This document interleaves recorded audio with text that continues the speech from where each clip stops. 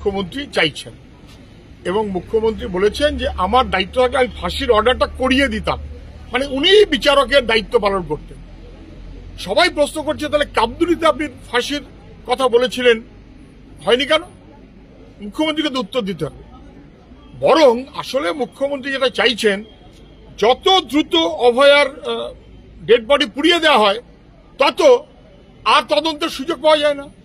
ঠিক তেমন করেই যদি মুখ্যমন্ত্রীর বিবেচিত মূল আসামি তিনি এখন সিবিআই পুলিশ টুলিশ সব মিলিয়ে ধরা পড়ে গেছে, সিবিআই কার্যত কোনো তদন্ত করেনি দিল্লির নির্দেশে, এবার যদি দ্রুত ফাঁসি দিয়ে দেওয়া যায় তাহলে খানিকটা রেহাই পেতে পারে, তাহলে আর তাকে জিজ্ঞাসাবাদ করার সুযোগ হবে না, আর তার কাছ থেকে কারো জানবার সুযোগ হবে না, তাহলে অপরাধীরা একটু পালিয়ে যেতে পারবে।